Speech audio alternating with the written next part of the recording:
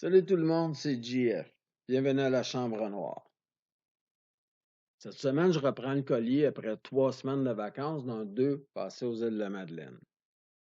C'était vraiment merveilleux, merci de me le demander. C'est justement les vacances qui m'ont fait penser au thème de cette semaine pour cette capsule-ci, c'est-à-dire les photos de vacances. Malheureusement, j'entends souvent des gens me dire que sont déçus de leurs photos de vacances et ça ne devrait pas arriver. Parce que des photos de vacances, c'est des souvenirs, ça se doit d'être beau. Malheureusement, ça arrive souvent que les gens sont déçus. Fait que je vais essayer de pallier à ça. Je vais essayer de vous montrer des trucs pour récupérer vos photos de vacances. Je vous dirais que ce qui est difficile aussi, c'est que les gens sont déçus parce que quand ils ont pris la photo, ils ont regardé le dos de leur caméra en se disant c'est exactement l'image que je vais avoir. Malheureusement pas. Ce que vous voyez sur le dos de votre appareil photo, c'est une interprétation de l'image que vous venez de prendre par votre caméra. C'est-à-dire que votre caméra a déjà sélectionné pour vous des choses en vous disant c'est ça que la photo va avoir l'air. Et quand vous ouvrez votre fichier RAW, ben, le fichier RAW, lui, c'est un fichier qui contient des informations, mais c'est pas une image. Fait que vous allez être déçu. C'est comme si tout était au neutre. Fait que je vais tout de suite aborder quelque chose rapidement. Je vais ouvrir une parenthèse, c'est-à-dire le RAW versus le JPEG. Un fichier JPEG, ben, c'est une image qui est déjà traitée par votre appareil. Quand vous prenez le JPEG et que vous sortez votre appareil, il a déjà été traité par votre caméra. Donc, ça implique que si vous traitez un JPEG, vous traitez une image qui a déjà été traitée, donc vous allez la détériorer le plus souvent. Maintenant, un fichier RAW, c'est un fichier qui contient les informations que votre capteur a mis justement dans ce fichier. Pour illustrer ça, je vous dirais qu'en d'autres mots, un fichier RAW, ça contient tous les éléments nécessaires pour cuisiner un plat que vous allez préparer à votre guise selon vos goûts. C'est-à-dire que tout est dans le fichier RAW et c'est à vous de sélectionner ce que vous voulez et ce que vous ne voulez pas. Fait que grosso modo, si vous voulez traiter vos images photographiées en RAW, quand vous photographiez en JPEG, vous ne vous aidez pas, vous vous donnez beaucoup moins de latitude. Maintenant, avec les appareils, vous pouvez photographier et en RAW et en JPEG en même temps. C'est peut-être le meilleur compromis pour vous. On y va donc avec une image. Je vais commencer avec une image très typique d'un retour de vacances.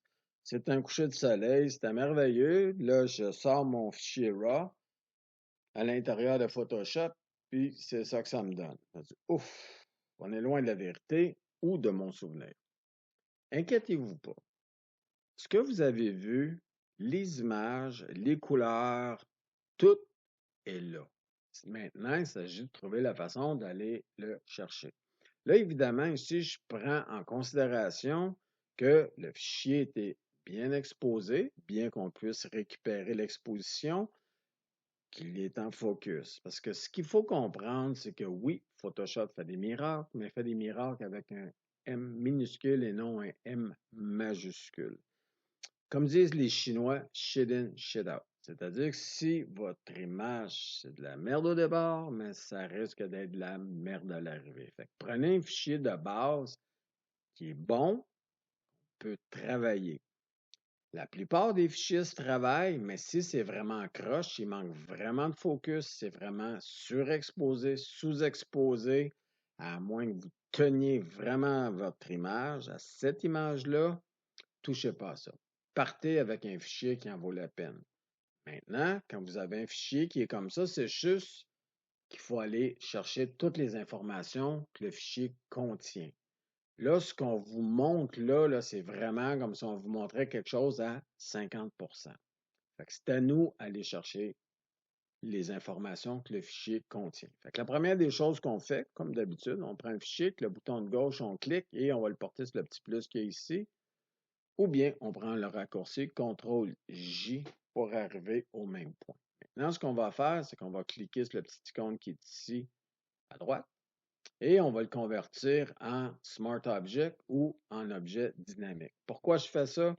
c'est que dans 6 jours, 6 heures, 6 mois, 6 ans, je vais pouvoir revenir en arrière si je n'ai pas écrasé mes calques et faire des ajustements à mon image. Sinon, si je le prends seulement comme un calque, la minute que je mets un autre calque par-dessus ou que je mets un filtre ou des choses, je me trouve à perdre les changements que j'ai faits. Je ne pourrais pas revenir en arrière. Donc, habituez-vous, la plupart du temps, à créer des fichiers dynamiques. On va monter en haut complètement, filtre, clique dessus, caméra RAW, filter, filtre, caméra RAW, je clique dessus. Ça prend un peu plus de temps à ouvrir parce que j'ai un objet dynamique, mais ça en vaut la peine. Maintenant, quand je rentre ici, la première chose que je dois faire, c'est améliorer le ciel. On voit que c'est terne, il n'y a pas de punch, il n'y a rien. Et pour ce faire, je vais utiliser la brosse qui est ici, qui est une brosse d'ajustement. Je vais cliquer dessus. Ici, c'est tous les paramètres que vous pouvez changer de la brosse.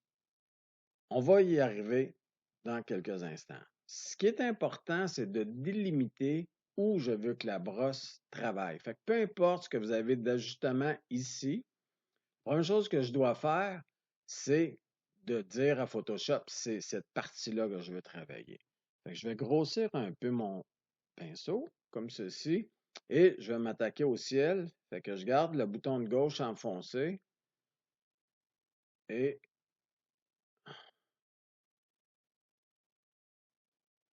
je sais que pour l'instant, c'est pas beau, mais vous allez comprendre.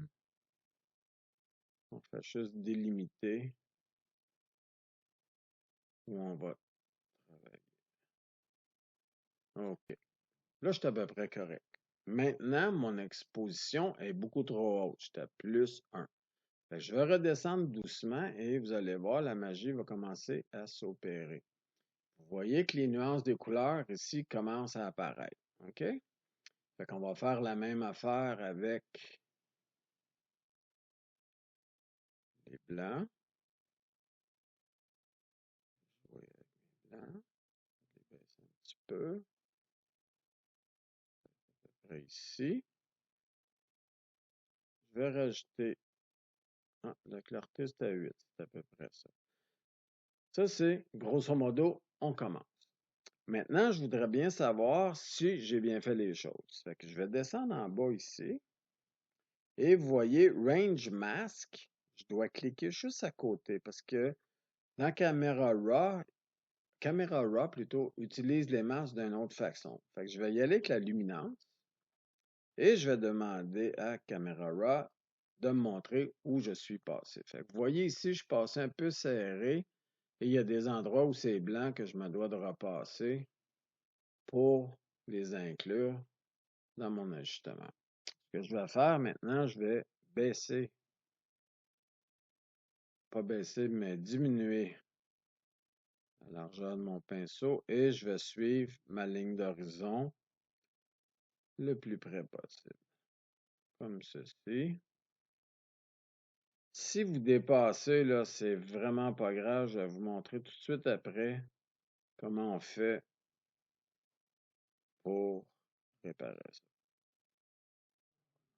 Encore un petit peu ici.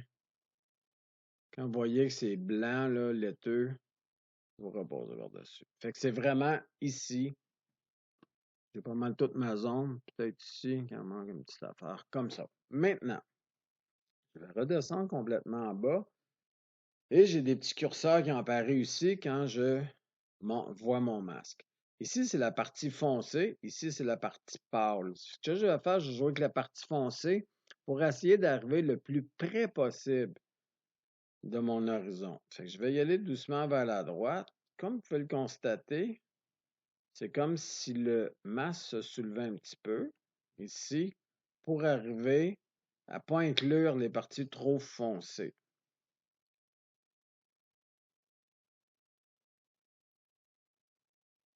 À peu près, je dirais comme ça. Fait que ça arrive pas mal vis-à-vis. Ce que je vais faire maintenant, je vais l'enlever, je vais le décliquer, si je peux dire ça. Et on voit maintenant qu'on commence à avoir des couleurs ici dans mon ciel. Ce que je vais faire, c'est que maintenant, je vais m'attaquer à la portion qui est ici. Parce qu'oubliez pas, on est juste au début des corrections. Ici, que je vais éclairer un peu mieux. Pour ce faire, ce que je vais devoir faire, c'est utiliser une autre brosse. C'est-à-dire que je vais cliquer sur le petit plus qui est ici pour en créer une deuxième. Parce que sinon, ce qui arrive quand je vais vouloir faire des changements, la même brosse va avoir servi à faire le ciel que ça. Les changements que je vais vouloir opérer ici, ben, ils vont s'opérer ici aussi. Fait que maintenant, je vais agrandir ma brosse un petit peu en jouant avec les braquettes et je vais passer dans la partie de la roche en allant le plus près possible, mais sans toucher soit au gazon ou sans toucher à la mer. Ça. Et on va faire comme tout à l'heure. De toute façon, on va s'assurer qu'on est passé correctement. Donc, pour ce faire, je vais redescendre ici. Je vais recliquer pour le masque et je vais le mettre à luminance. Je vais cliquer pour le voir et je vais pouvoir rapetisser mon pinceau, peut-être pas trop, et aller plus près sans dépasser sur la roche pour appliquer mon effet. Maintenant, je vais faire exactement comme tout à l'heure. Je vais restreindre le masque comme ça. Quand on commence à voir à travers comme ça, on indique qu'on veut. Les parties plus foncées vont être moins affectées, puis les parties plus pâles plus. Et c'est exactement ce que je veux.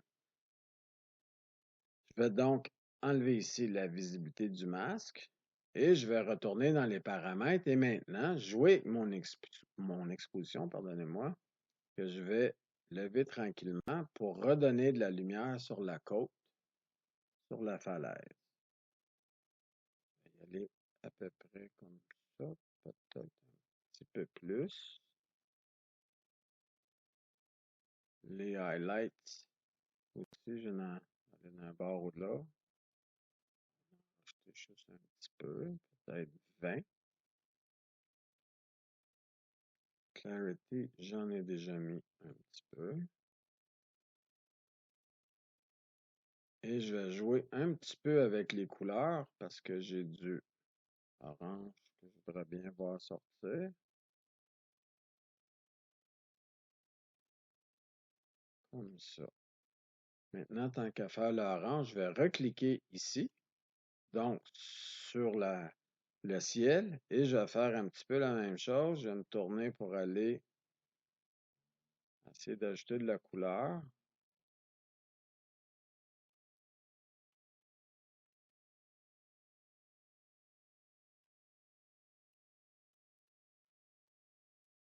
À peu près comme ça. Faut pas y aller trop.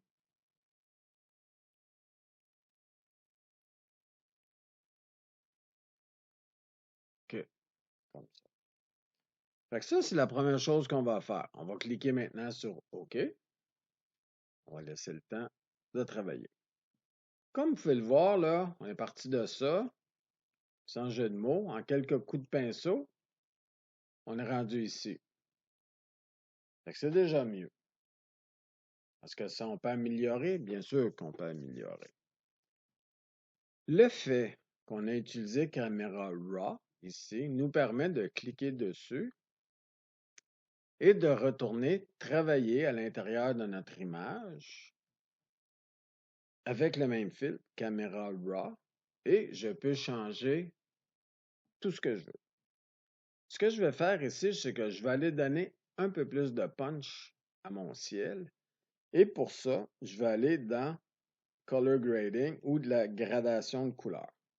La façon que ça fonctionne, cette partie-là de Camera Raw, c'est que je vais donner de la couleur à mes tons clairs, à mes tons mid dans le milieu ou à mes shadows, mes ombres. Ici, ce que je vais faire, je vais vraiment travailler dans le ciel. Fait que je vais me concentrer sur ceci avec les highlights. Fait que je vais prendre ici, dans le milieu, que je vais aller vers le orange et je vais jouer avec tranquillement.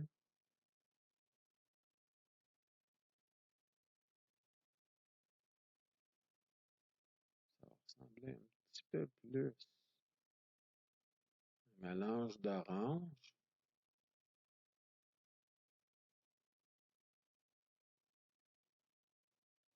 Ressembler beaucoup plus à ça. À peu près comme ça. Et mes ombres, je vais faire la même chose ici, mais avec pas mes ombres, mais bien le mid dans le milieu. Je vais aller chercher. Faut toujours garder tête de regarder le ciel.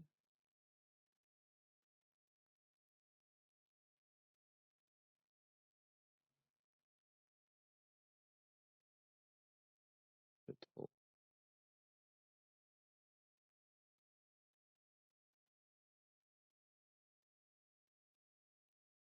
À peu près comme ça. Et je vais dire, OK,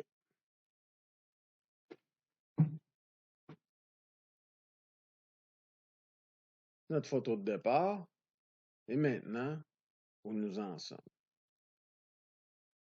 Ce que j'aimerais faire, c'est travailler un peu plus mon ciel. Fait que pour ça, je vais me faire un masque, mais à partir de l'image qu'il y a ici. Je vais donc redescendre en bas, je vais enlever ceci et je vais aller chercher un outil complètement à gauche qui s'appelle Quick Selection ou sélection rapide. Je vais grossir un peu mon curseur comme ceci et je vais passer dans la partie ici qui est le ciel et je vais tenter de mettre le plus possible le phare dedans comme ceci. C'est sûr que si c'était une photo que j'allais imprimer, mettre dans une galerie ou quoi que ce soit, je mettrais plus de temps. Mais pour l'instant, ceci me convient. Fait que ce que je vais faire, c'est que vous vous souvenez, quand on a une sélection comme ça et qu'on clique sur l'icône de masque en bas à droite, automatiquement, on se trouve à créer un masque. Maintenant, ce masque-ci va me permettre de travailler exclusivement sur le ciel sans toucher au reste, ce que je ne veux pas toucher pour l'instant.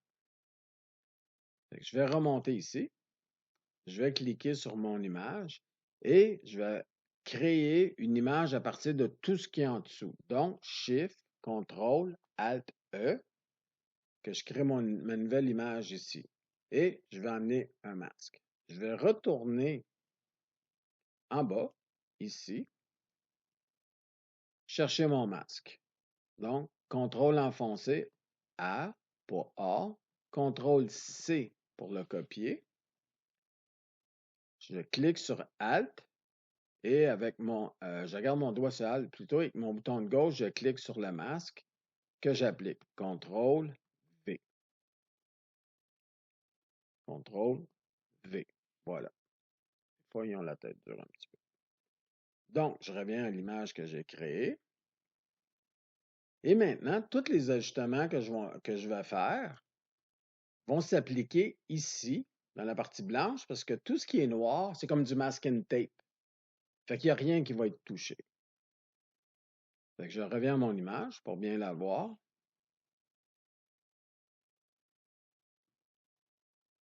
Et je vais retourner ici, dans mes filtres, caméra RAW.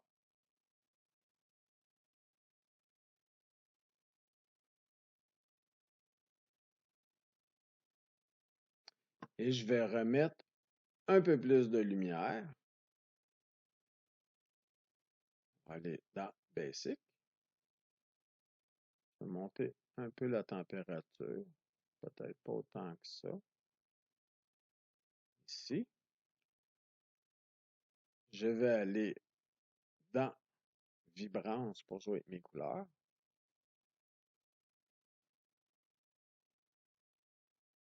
C'est peut-être un peu trop. Peut-être avec 22. Un peu ça. Je vais baisser mon exposition un petit tas de choses. Comme ceci. avec le tint, ce que je peux faire, je vais en rajouter peut-être une petite affaire de rien, comme ça.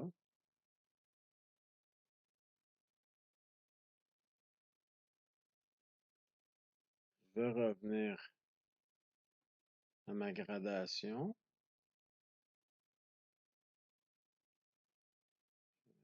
Un petit peu plus de couleur comme ça. Et je clique sur OK.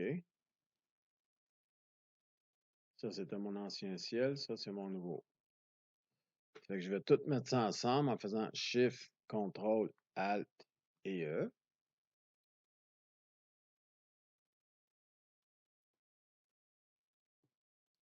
Je vais aller sur mon fichier de départ. Garde Alt enfoncé, je clique sur l'œil. Ça me contrôle. Faudrait que j'enlève la masque. On n'a plus besoin. On le met là. Delete. Fait que ça, c'était mon image de départ, qui était somme toute assez fade. Et j'ai maintenant mon image d'arrivée qui est peut-être un petit peu trop. Fait que dans ce temps-là, qu'est-ce qu'on fait? Comme on est sur un calque, je vais y aller avec l'opacité et je vais le descendre. Je vais le monter graduellement,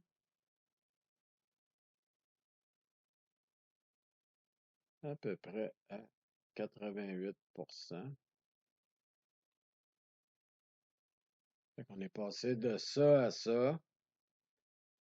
Évidemment que tout est une question de goût quand j'utilise des couleurs, puis sur votre moniteur, ça se peut que les couleurs soient différentes. Là, je travaille à partir de mon laptop.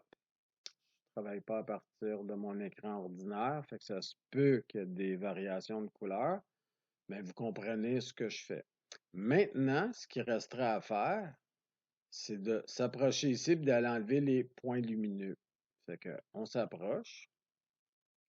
Ça attire l'œil pour rien. C'est des réflexions du soleil qui sont fortes. Fait que ce qu'on va faire, c'est qu'on va aller utiliser l'outil qu'il y a ici, Spot Healing Tool, et en jouant avec la grosseur de mon pinceau, je vais passer par-dessus comme ça pour enlever les reflets comme ça qui sont beaucoup trop forts. Tourne bien. On enlève ici. On enlève là. Ici. Et on revient à notre image. Et maintenant, ça attire plus l'œil. Fait que avant, après. Fait qu'il y a toujours moyen de récupérer vos photos. C'est sûr que là, je prends 10, 15, 20 minutes pour vous montrer ça. Quand vous travaillez sur, comme je vous disais depuis le début, vous travaillez sur une photo que vous voulez garder, une photo de ça, on s'applique beaucoup plus. Mais c'est toujours la même chose. Allez-y doucement. Vous allez pouvoir revenir en arrière, vous allez pouvoir conserver vos masques. Si le choix des couleurs n'est pas correct, vous pouvez retourner ici avec la caméra RAW et aller rechercher vos choses. Même si je voulais, à la base, je pourrais enlever les choses qui sont sur le dessus ici et les envoyer à la poubelle et recommencer à travailler ici mes couleurs sans aucun problème. Changer les nuances, changer les couleurs, changer l'éclairage, en ajouter parce que quand je vais cliquer sur Camera Raw Filter qui est ici, tout s'ouvre à moi, toutes les possibilités sont encore là, tous les changements que j'ai faits, bien, j'y ai accès, je peux tout changer. Comme là, j'avais changé les couleurs, je peux les remettre, je peux rejouer avec les couleurs dans mon ciel, les mettre plus mauve, les mettre plus clair, les mettre, c'est sans fin. Fait que voilà, je vous ai montré quelques trucs maintenant que vous pouvez utiliser pour ramener vos photos de voyage, redonner le look qu'il y avait quand vous les avez prises.